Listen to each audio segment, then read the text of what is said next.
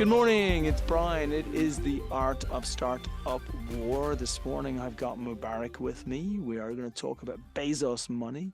We're going to talk about one of the hottest, fastest growing companies that we have in our portfolio. Again, this podcast is just for investors. Again, all investors should do their own diligence. I am not saying to you, you should invest in this company. I am saying to you, we invested in this company and we love that we invested in this company. And I'm sharing with you the diligence that we did to make life easier for you. Because most of the folks listening to this podcast, you already believe that early stage startup is a fantastic way to make 10, 20, 50, 100, 200 times returns on your money, but you have to invest smartly. And that means you have to choose the right companies that are going to scale, that are going to get through seed, get through Series A, B, C, and whatever else is needed to take you to that beautiful unicorn status. So first of all, Mubarak, welcome to the show. Thank you, Brian. It's really great to be here today. Awesome. So here's what Yeah. we're going to do. We're going to take everybody through your hero's journey. And that means we're going to take them all the way back to the genesis of the idea and how you started and the challenges that you had when you first came up with the idea of the company. Probably more importantly, the challenges that your consumer had when they were actually trying to do what they wanted to do, but they couldn't do it until you fixed it, right? And then we're going to start talking about money that you raised so far, and I'll lead you through then the questions that will then lead to the traction and kind of how we're going to build this thing to $2, $3, $4 million a month in revenue. Sound good? Yeah, it does. All right, my friend. Well, look, let's start at the beginning. Take us back to the start. Take us back to the genesis of BezoMoney. What was it that made you believe, my gosh, if we don't create this, the world is going to stay broken? Yeah, thank you. So I grew up in Ghana, in Accra, in a huge slum, which was filled with a lot of people that didn't have money. So from a very young age, I always used to wonder why people were poor. And I also used to be a very quiet kid. So I would, observe and try to figure out why things were kind of like the way they were. And when I was in primary school, I used to draw a lot. I was always just drawing, spent a lot of time drawing. And I had this kind of like attitude where I would be in my own world, trying to figure things out and not be part of like the out kind of like the outside world. And later on in life, I realized that was like a very useful skill and a very useful attitude because as an entrepreneur, you kind of have to so like believe in something even when people don't so like believe in it. And so that's where that thing came from. And then when I came out of the university, I actually studied biotech in school. And then when I came out, I helped run this thing in Ghana called Startup Grind. It's a global entrepreneur organization. I did that for about a year. And then after that, I worked for a tech company. And then I worked at the hospital because I did biotech. But it was super boring. It was so boring that I went up to the head of department and told them one day that, I wanted to quit because it was a very boring job. And I wanted to do something that was more challenging. So I applied to this program called MEST, which is sort of like it's a startup school in Ghana. They basically select founders. It's for African founders that are across the globe, but they would bring all of you to Ghana, and then you live in one big house. And during your time in that house, you're supposed to form teams and work on various custom projects, with various ideas, and then you pitch. And if you're very successful at the end of the program, you get $100,000 check to go, build out whatever you pitched. And so during my time in the MES program, I went home to see my mom, and I saw how she and her friends were saving in this group savings scheme. Group savings is this sort of like ancient old African practice. I think it's actually practiced in other parts of the world, mostly in many developing countries. But you have people that would pool money together and give the bulk sum to one person within a group of people, and they keep doing that until each person gets the sort of like a bulk sum. And then there was this other form of savings in Ghana, which is called susu, where you would have this guy that would come up to you on a daily basis and then take money from you. And he would do that for 30 days. And at the end of the 30-day period, he would give you back the bulk sum that you saved, minus the 3% fee with no interest. which is mind blowing, right? And according to the data, about $150 million is saved with these guys, these individuals that come to you and basically take the money from you. And this is something that has been going on in Ghana for a long time. When I was a kid, I was actually doing that, right? And that's how I would buy textbooks, and like football and all these different things. And so my mom was basically practicing this, and she was doing this because they are taking a loan from I mean, first of all, they couldn't get a bank account. And they didn't even feel comfortable going to the bank. I mean, the fees were very high. There was a lot of paperwork. The banking products didn't also fit their kind of like lifestyle or how they basically wanted to sort of like bank, right? So the only way they could access banking services was to go to the microfinance, and the microfinance at that point in time gave them an kind of like an interest rate of 10% per month, which was crazy. And it ended up messing up with their businesses, and so things didn't kind of like go well, and then everything shut down. So they decided to come together to build this group staying and bank By the way, themselves. I just want to underline that that was Yes, 10% per month.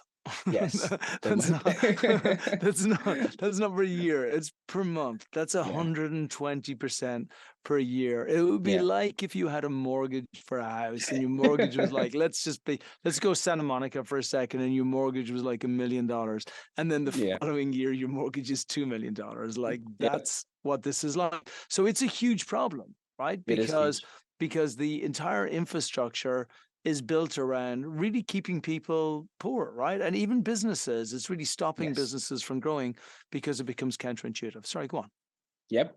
So that was what was basically happening, and my mom's group in certain ways found like a solution to all of this by forming this group savings thing. But and also, the guy that like comes to you and takes the money on a daily basis, 80% of the time they run away with the money. So like it's not even safe. And with their group savings, they will take the lump sum, put the money in their wardrobes and under their kind of like mattresses. That also wasn't safe, but it was a safe hack for them. So they kind of like resorted to that. And so I saw all of that happening, and I was very intrigued. And so I went back to the invest and told my friends that, hey, I saw my mom doing this thing. I kind of did it when I was a kid too. And I think we might be able to build something in the space. We decided to do a deep dive and see what was happening there.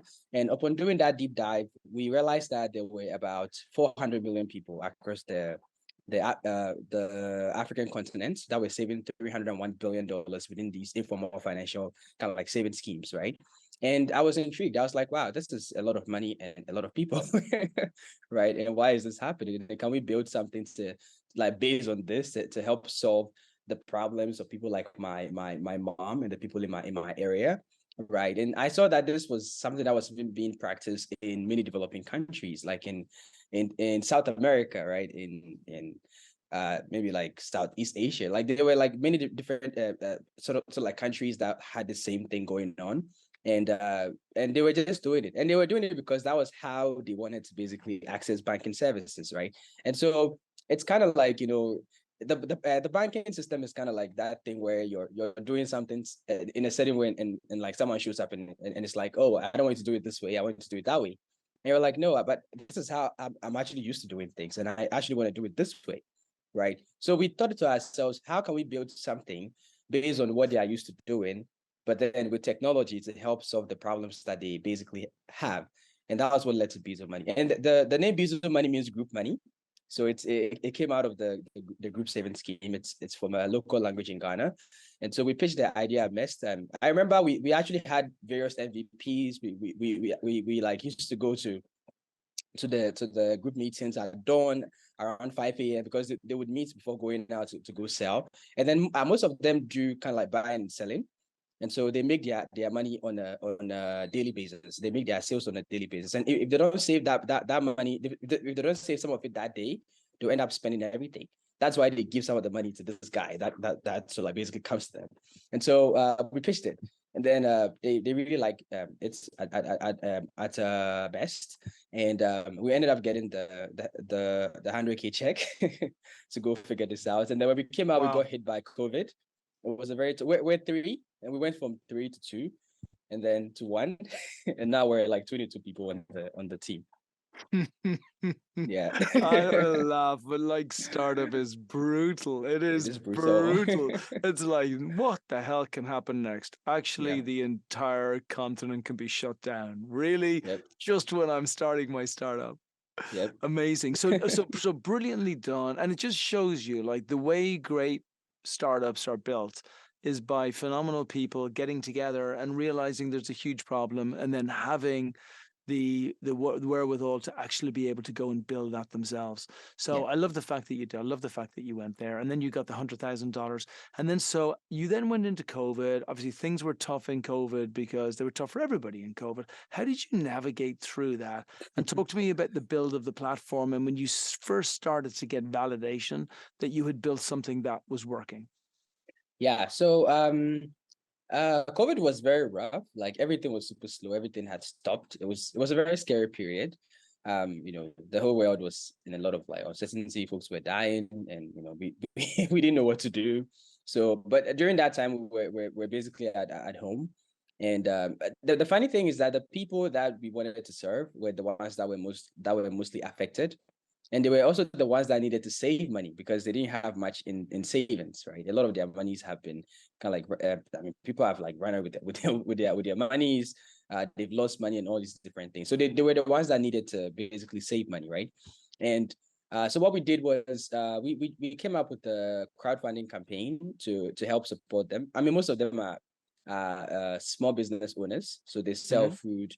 I mean, in Africa, the informal economy is the economy in Africa. They are the ones that power almost everything. They sell everything that you can buy, and so we decided to come up with the crowdfunding campaign to raise money to help support them. So we came up with this one page website, had an integration with the payments company, and then we put that out, and then we actually ended up raising about $30,000 to like support like the Fantastic. women. Yeah, which was like very interesting. But that happened, and then towards the end of that year, I found myself in Lagos for this incubation program. I didn't want to go for it, but I ended up going for it. I mean, it wasn't the best time to go to Lagos, right? Because I mean, there was COVID. There are a lot of people there. Lagos's population is Ghana's population. This is like a city that has the population of Ghana, which is about 30 million. But I basically found myself there. And when I got there, I saw the sheer size of the informal markets, right?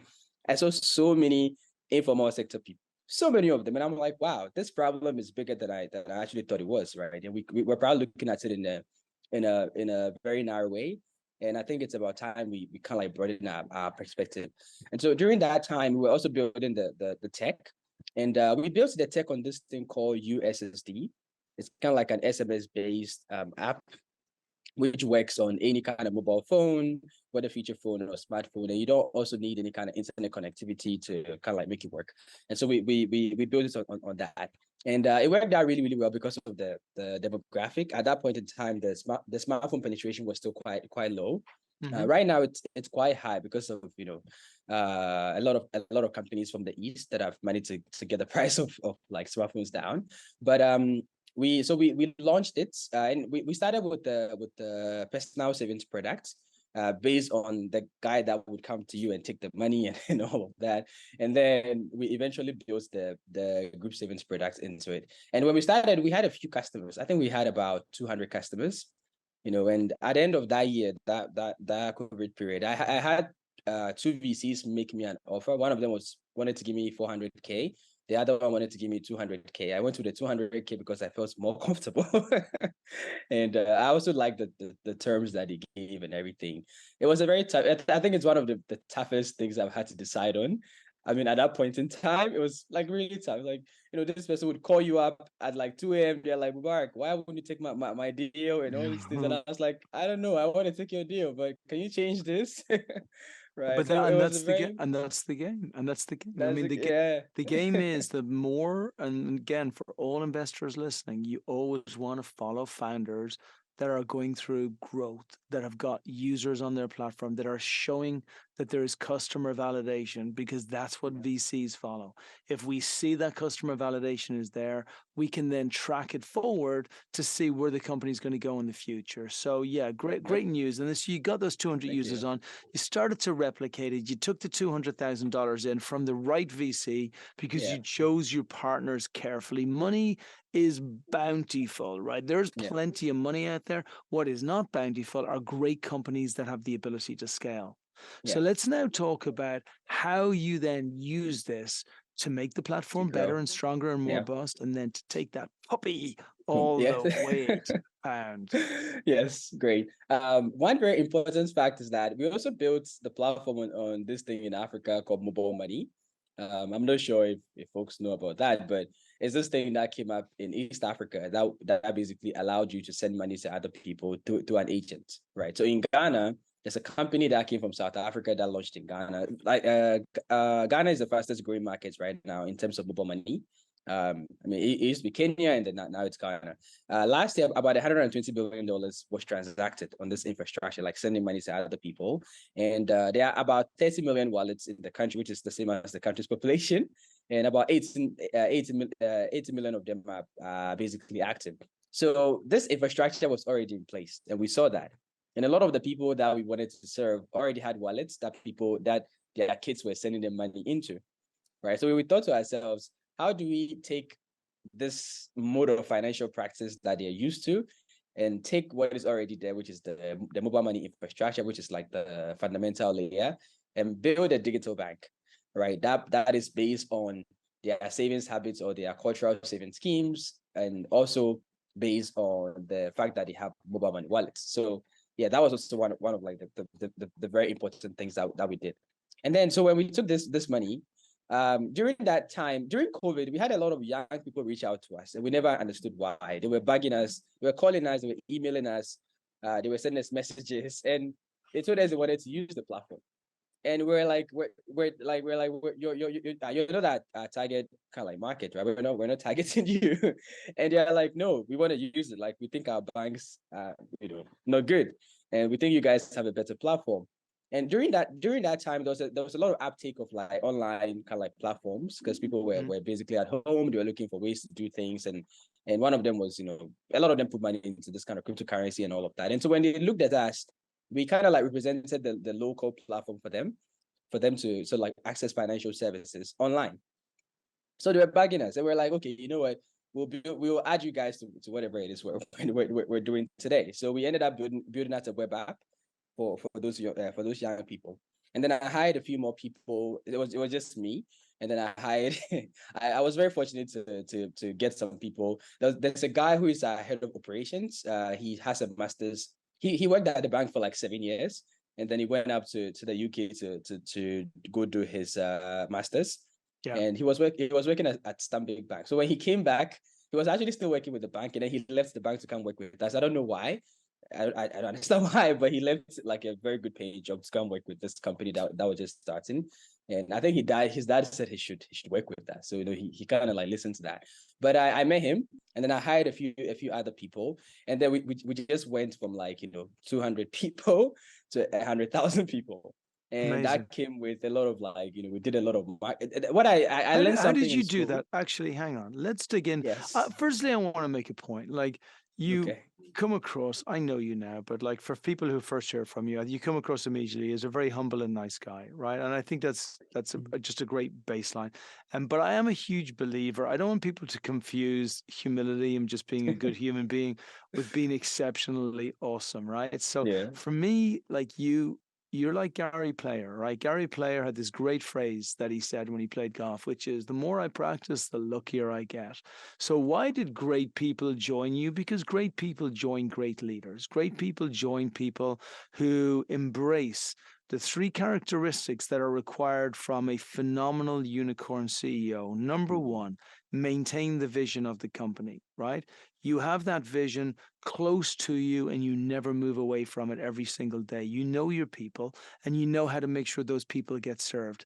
Number two, make sure that you always have cash flow in your company. A CEO's job is failure if they do not have the right cash flow in the company. And that includes making decisions, difficult, critical decisions, such as, should I just take the largest amount of money all the time? No, that's what a Yeah. weak CEO does. A strong CEO takes the right money from the right people for the appropriate growth. And then finally, number three, which is that you hire the greatest souls that you can find on the planet who make you look like an idiot. Like, that's what great CEOs do. You Yep. sit there and you're like, what, really? And the real reason they're there is because you inspire them to be there. So Yeah. you are, everything you speak to is what a great entrepreneur should be. So, Yeah. I commend you, Yeah. and it's genuinely, just leaving aside platitudes and stuff. It's why I invested, not even why we invested. Why Mm. I invested was because of that. Because I'm like, this guy's a leader. He's a Yeah. bulldozer. He will quietly smash through every wall in front of him without telling everybody how big the wall is before he Yeah. actually goes to try and go over it. So I love Yeah. that piece. So talk to Thank us you. about the growth. Bring us in. So we Yeah. understand the platform, how it was built. You started to put the team For the growth. together. The folks started to come in. Now you're at a stage where you're like, oh my gosh, I have a problem that most businesses only dream of having, which is explosive growth. Yeah. How the friggin' hell? So Did that talk to happen? us about what you did to get the explosive growth, and talk to us then about how you manage it. Yeah. So, Brian, so what you were saying. So when I was in school, right? I helped. There was a guy that wanted to win the student council president, and his running mates came up to me with friends, and he was like, I was a science student, and I that was like not my thing, but they thought I had a lot of innovative ideas and all these different things, So they came up to me and were like, Mubarak, can you come help us with that campaign? And I'm like, no, and they kept forcing me, so I ended up joining them, and I was very, very, very instrumental to helping them win. And so I learned, I think a lot of what I'm doing now in terms of like customer acquisition, I learned during that period. Like we're like the ragtag underdog team of people that ended up winning the elections. And we were the least funded, like we had nothing. Right. But I was always thinking of ways to be very, very effective with like like marketing placement. If we're gonna put something somewhere, we were thinking about it. We're like, okay, a lot of people pass here every day. Let's put this small thing there, and let's not go put one big billboard there. No, let's put something that they will be able to actually interact with, right? Something that actually leaves a very good like a very good impression. And so a lot of that came from there. And so when we went out, so one very good thing was that because I had a very good understanding of the user, I could tell how they function. I mean, I lived with my family for like 18 years, right? And they were all like informal sector people, so I knew them really, really well. And the team that I had at that point in time too was really, really like they also knew the customer really, really well. So we just sat down and came up with a bunch of strategies that were going to help us onboard these people. And the number one started with, so in Ghana, these informal sector businesses, they are mostly in one big place. They sell like in one big market. If you've ever been to Africa, to sub-Saharan kind of like Africa, you would and go to one of those big marketplaces, you would see them. There are like a lot of people, like 5,000, 10,000 people in one big marketplace, right? And so, and they have market queens who govern the marketplace, right? They take like a levy from them and all these different things. And so what I thought about was I was like, okay, you know what? Let's go talk to the market, because it's a game of trust when it comes to fintech, savings, lending, and all these different things. Basically, banking is based on trust. That's the foundation of like banking, right? So I was like, let's go talk to the market queen and build trust with them. And then based on that, let's use them to onboard everybody in the marketplace. So we Brilliant. did that. We went to like a couple of market. We kind of tried it, and it worked really, really well. They will ask you for like a token. Or give us light bulbs, or give us a buy drinks for us. We're like, okay, we'll buy you one pack of drinks and we'll onboard all of you. And so we Hmm. did that. And they really loved it. They were actually very, very intrigued. And that's why I actually realized that this was really, really needed. Like the microfinance industry, I mean, they were doing a good job until they began to kind of like mess up. They were basically mismanaging people's funds. Everything was paper based. They had agents on ground and all of that. So in Ghana, about 400 microfinance companies were shut down because of all of this. There was a mess. They were misusing people's funds, and so it kind of created a gap for a certain player to come in. And this player had to be a tech player because they already had mobile money and they already knew about that. They were getting money through that. They were used to having money on their phones, right? So when we came in, the thing just made sense to them, right? So that was one of the main things that we did. The other thing we did was that we created this ambassador program both for the informal sector people and also for the young people. So we started getting a lot of interest from the young people. Today, my head of operations sent me a tweet about like people in Ghana complain about their kind of like banking apps, and it was all the banks. Like people were complaining about all the banks, and the guy told me that look, these banks have such poor applications that if we have a very good app, people care a lot about user kind of experience. And in Ghana, a lot of these companies don't so like prioritize that, especially the banks, because there's a certain demographic that they make money from, and they like to focus on that demographic. And that demographic is the high net worth people. Sure. The Yeah, same which as makes everywhere. sense. Yeah. Yeah. Exactly. So Let's yeah. get So some what rich happened? people and make some money Yeah, so we can be rich people. And then we can play exactly. golf and we can go on holidays together and it will be great. But you're right, it opens up that whole middle market. And I love your It focus does. on user experience because Yeah. it's getting to the demographic that are not being served and giving them a Yes. phenomenal user experience, which feels intuitive. Like that's the key to everything. Yes, So yeah. please keep going. So yeah, so we came up with this ambassador program, and which was under a financial literacy platform called Bezo Smart, right? Because of the name Bezo Money, we came up with this thing called Bezo Smart, and then the name of the savings product is called Bezo Susu. So Susu is the local word for savings, and it's what people know. I say when they hear Susu, they know this thing is about savings, and people in Ghana have a culture of saving. It's always been there. People are always thinking about how to put something aside for the future, for their kids, just in case they have like emergency. So there's a huge culture of basically saving money. Right. So when we came up with this ambassador program, it was functioning on various campuses and also in the marketplace. And And then I remember the ambassadors, sorry, the ambassadors are going to make money, are they? They get a commission or something it based was on no, it? it was just swags. We just give them, swags and stuff. Give them some, like t-shirts and stuff like Just that. t-shirts and so on. Yeah, Awesome. t-shirts. How many ambassadors did you get? Yeah. So at that point in time, we had about 20 of them, Hmm. and then we did something. So I was on the flight. I think Wednesday was. We got a call from an MP who is a member of Parliament in Ghana, and he told us that his area, the area that he's in charge of, which is in the north, they have 20,000 savings groups. 20,000. And each group has 35 about 35 people. And he's like, these people are saving money inside boxes.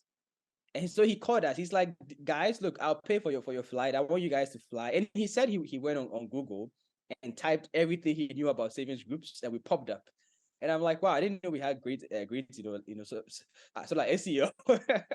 But I was like very shocking. And he said he tried to reach me, he couldn't, and everything, and he was able to get someone on my team. But it was very interesting. So he paid for us to fly over to the north to come meet these savings groups, and it was intriguing. Some of them had about like $10,000, $20,000, and it was in CDs, in boxes, and that was crazy. So when I was coming back, I was reading this book on growth hacking, and I saw the thing PayPal did back in the day, right? And I was like, can we give something like that a try? Can we have like a little budget for something like this and see what happens? And so when I came back to Ghana, I sat down with my team. I also had a team. We easily group and plan and implement things, right? So I was like, what, let's have a small budget and let's try the thing that PayPal did. And so we were like, okay, let's do it. And then we put it out there. We're like, hey, sign someone up, and we'll give you, three Ghana cedis. Three Ghana cedis is like very, very small. And so what happened was that it wasn't very, very popular. It was just normal, people were like, okay, I'll do it and everything. And then some way, somehow, when the ambassador started sharing it, the thing went viral. It just went viral. Like it went viral offline. I remember we're looking at the screen, and we had like the number going from like 5,000 to 10,000 in like 3 days. Wow. It was Wow. just going, and we're like, this is mad, and it just took off. People were just signing people up. People were signing. So over the course of a month, it was just moving. And so I thought to myself, if we didn't have these ambassadors in place, this thing wouldn't have gone anywhere. And then when we did it, everybody else tried to copy. So the banks tried to do it, it didn't work. Other companies tried to do it, it didn't work. And I was like, we didn't just wake up and say someone should sign someone up for something. There were a few things that we lined up that produced that kind of like viral effects, right? And everybody in the company, I mean, everybody who has worked for us, they're always like they've never ever experienced anything like this anywhere. And all the things that we've done in the company, all the things that we've basically tried, they've never experienced this anywhere else. And I don't think they ever will. Maybe in Ghana, but yeah. That was like very So interesting. take me through. I love that, by the way, because Yeah. it's this is the outbound that is required at the beginning to really build the traction that gets you Yeah. to the unicorn stage. Most folks spend too long in creation, and then it's only as they're getting closer to Series A that they start Yeah. working it. Like you came out of the gates and you did it. So talk to me about like where are we with revenue right now? Yeah. How do you see that growing going forward? How Yeah. much money are we raising right now? And Yeah. again, where will that take us to for as long as it's going to take us to get to our Series A? Yeah. So we did that whole campaign. It went viral, and then we are like, "Ha, you know what? Let's do this again." So we did it again. And the second time, I think we did it twice. The second time, it was. I think people were waiting for it. People were like really, really eager to basically join. That when they all hit our system, the system went down. That was a very funny period. The That's the tech team was worst. like, yeah, they were like on the sort of like an SOS mode. They were like, okay, what's happening? And they were like, there was too much traffic. Like we had too much traffic, too many people hitting the system at the same time. And I was just laughing, and because I knew that if you're like a startup and you have not experienced this, you've not achieved growth. Like you're not there. You need to be. You need to get to that point. So it was very funny. And so what happened was that when that happened, we decided to be very, very, very, very cautious. So what we did was that a lot of the people that we signed up during that time, we kind of put them on a hold in terms of like they coming on and then they basically transacting because we wanted to figure out what was happening and also build something that could hold all of them, right? So from January we activated about 1,000 of them to see how, because Mhm. we went from like those 200 customers and then boom to like about 100K, and we're like, okay, this is okay, so we need to restructure we need to regroup and then start from a point where we really understand what is going on. And so Mhm. we those people on a monthly basis since January have been transacting between 80 to like $100,000 Mhm. on a monthly basis, and we've gotten great feedback from them. Like anytime I speak to the users or to the customer service team, I am intrigued to see how much people love the product. And I don't think I've ever heard people talk about the products that way in my life. And the customer service team, I was like, we overachieved our KPIs and milestones. And Well, I'm like, yeah, you you're guys doing are nailing it. yeah, you're doing great. But I want to get Yeah, just in the last 3 or 4 minutes of the podcast, yeah. I want Okay. to really get to the numbers. So I want to Let's do get it. Yeah. to like we've raised some money. We're now doing another raise. Like how much are we Yes. looking to raise? What's the valuation we're looking to raise? What's the monthly revenue that we're on right Yeah. now? Yeah. When are we looking to hit our Series A? How much revenue do we believe we're going to have at that time? Yeah. And again, when do we And all believe of that's that. going to be? Yeah. Yeah, yeah. So basically, out of all of that, we ended up getting like an NPS score of 9/10, which was very great validation.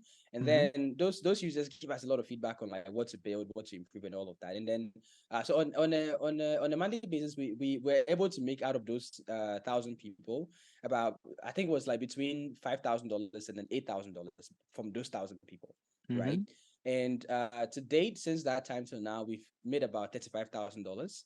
Mm-hmm. And the other thing is, so we're doing a pre-seed extension round of 800K. Mm-hmm. I've raised about 80% of it. I have about 20% to go.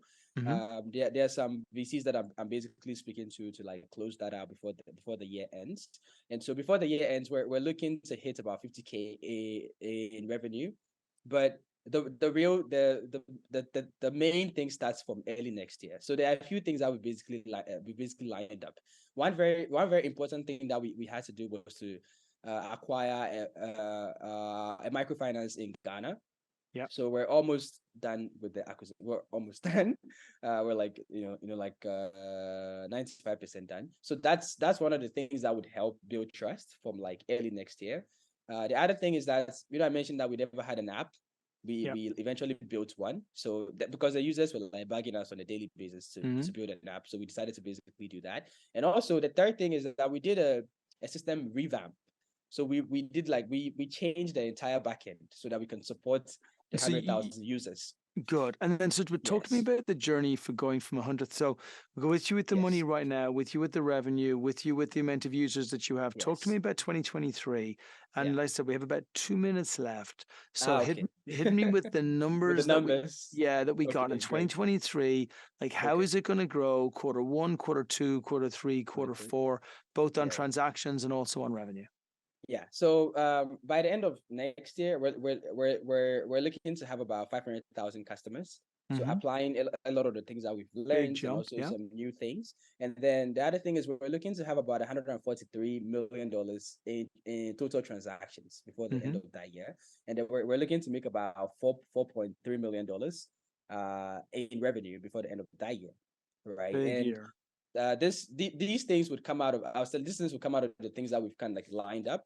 And also there are some revenue streams that we've seen that we can take advantage of. So we're looking to launch. So next year is going to be huge. I think we're going to go full force next year with all these things that we sort of like have Big a year. kind of like lined up. Yeah. Yeah, I love that. Absolutely awesome year coming up. So, can we finish up? Look, let me say from Yeah. my side, everybody knows I'm not even just one of the biggest fans of Africa. I think Africa is it. I think if any investor is looking to put their money somewhere right now, and you're not looking at fintech somewhere in Africa, you're missing out, right? Because it's a tremendous opportunity. It's not just the population. It's not just the youngest middle class, or sorry, the fastest growing younger population. It's not just the fastest growing middle class. It's not just that Africans are going to be 25% of the global population. Like, it's the fact that fintech is red hot. The timing is perfect in Africa right now, but you have to choose your founders and teams well. You all know how I feel about Mubarak because you've heard what I've said as we've gone through for some of his traits as being a leader. You've seen what he's built on the platform. You understand the size of the problem. The entire banking and financial services provision infrastructure in Africa is going to go through a renaissance over the next 5, 10, 15, 20 years. This is the beginning of the future. I love that Bezos money are here. I kind of wish we got Jeff Bezos in as an investor. Yep. It feels like it should happen. It needs to That's happen. just all there is, right? The name is too right. But can you finish us with, again, 30 seconds, email address so folks can contact you, and then also Yes. finish us with, again, the biggest vision that you have for the company. What is that Yes. massively transformative purpose that takes you to the future? Yeah, so we're gonna be doing what we need now is we're gonna be doing a seed round in about 4 months time. By that time things would have started to like kind of like blow up. Hmm. We actually had a little bit of a blow up in September where our deposit value doubled, and it was because we did a few things. So there's a lot that we're still expected, and so we're doing a seed round of three M. So by that time, yeah, Hmm. we need people to basically invest in that. And also we're looking at partnering with a bank here in the US. We're looking to set up so like an advisory board Hmm. as well. We're looking to hire people here as well, tech people. And so the email that you can reach me on is mubarak at BezoMoney, BezoMoney.com. And the vision that we have for the business is to build the largest branchless bank in Africa for these people that are basically unbanked. So if you're unbanked and you're in any area in Africa, if you're in the village or in the city, you can easily walk up to an agent point and then access banking services from savings to lending to all of it just by going to an agent. So you don't need to go to any sort of like banks branch to like access anything. You just have to walk to an agent and then you can get access to all of these things. Yeah, baby. I love Yeah. it. Not the second, not the third, but the largest. Mubarak, I am thrilled that we've managed to invest in you, that we got Thank you. Bezos money as a portfolio company. We're going to be with you guys all the way. Any investors out there, as always, I'm just telling you about the investment we made that we're super stoked about. Do your own diligence, check out your own things, Yeah. but look at this company very carefully. It was a big one that we've invested in. Thank you, buddy. That's a Thank wrap. you, Brian. Yes.